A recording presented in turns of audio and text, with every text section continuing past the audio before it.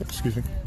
As well as numbers in other facilities. And so what we're talking about here is releasing enough people so that social distancing can actually mean something in prison, so that we're addressing the unsanitary conditions that are in prison, so that we're highlighting the lives that are actually impacted by a pandemic in a situation where people have no movement, people have no freedom, people have no ability to advocate for themselves, and they're not included in the conversation. So you have like Tim Waltz, he's talking about building up to this capacity of being able to test 20,000 people a day, but we're not talking about prisoners when we're having these conversations, and so they're left out of the kind of mainstream media. So that's a big reason people are here. Another big reason that people are here is just because we've been talking about decarcerating, depopulating, reducing the prison population significantly in Minnesota, and we haven't been doing that. The administration has been running us around, telling us to go to different, Senator Limmer, go to the counties, go to the state, go to Waltz. Waltz wrote his own article in Time magazine talking about how we can reduce our prison population just by eliminating technical violations of parole. And so now we have a situation where there's a crisis inside prisons, and we haven't even released a substantial amount of people on medical release, let alone we haven't released anybody on these technical violations of parole. So all these systems work together. All of this is keeping people inside feeling like they're an experiment, while the DOC is kind of, twiddling their thumbs and not making things happen.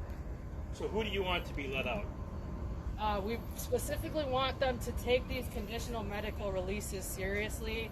They set up a process that's extremely bureaucratic. It takes weeks to be processed, and so we want to hear from those people. And again, people that are on technical violations of parole add to the prison numbers, add to the prison population. Yes. And those are people that haven't committed a new crime. They haven't done anything except for break minor rule infractions. So once you're put on parole, you have to abide by these very kind of punitive rules that are not laws, right? So it's, maybe being late to work, maybe you're having a GPS issue, maybe your PO officer couldn't get a hold of you, maybe you're stuck in traffic, dirty urinalysis, drug urinalysis stuff.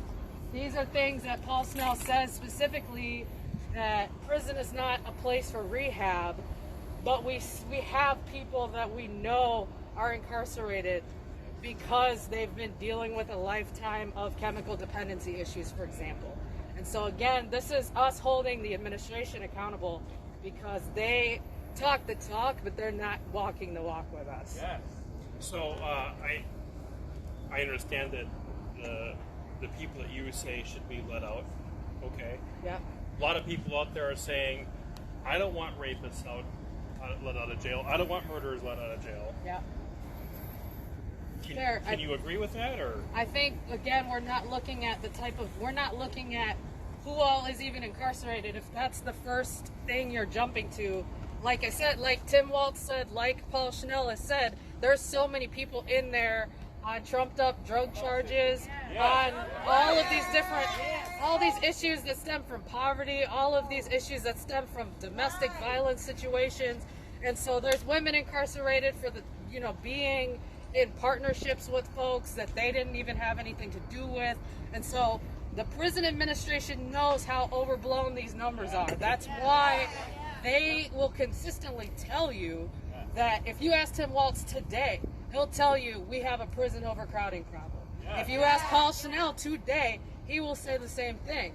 And we've been working with them for over a year to address this technical violations thing, but they are dragging their feet, and they're bouncing us around to different administrations and different bodies, and they're saying you got to take it to the legislature.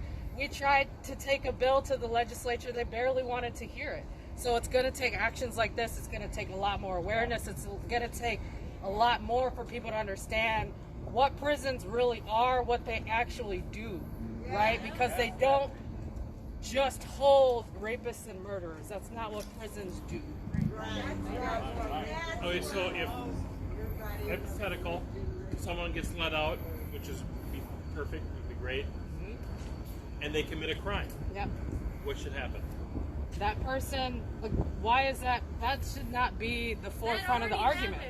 Again, that already happens, first of all. Second of all, I'm just saying, Yep. because that question is going to be brought up. that question continues to be brought up whenever we talk about release, but we also got to realize releasing people is a part of DOC standard operating procedure.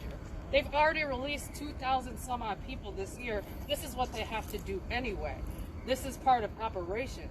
But again, if you're jumping to that question ahead of all these questions of who's in there and why they're in there in the first place, then you're coming from a misguided set of principles and, you know, understanding of what we need, right? So somebody that asks that question, somebody that asks a question like that fundamentally might not understand how prisons work or how people become incarcerated, right? So And that's how they use fear to control the public. That's a lot of the case, Anything else you'd like to add? No, I'd just like to add, just please follow us, follow our action. We're going to have a rally, and some people are going to tell you a lot more about the circumstances and why we have so many people under this system, because it's not just me, it's not any of these people. It's a lot bigger, and it's a lot more complex of a problem than any of us like to think it is. So that's it. Thank you.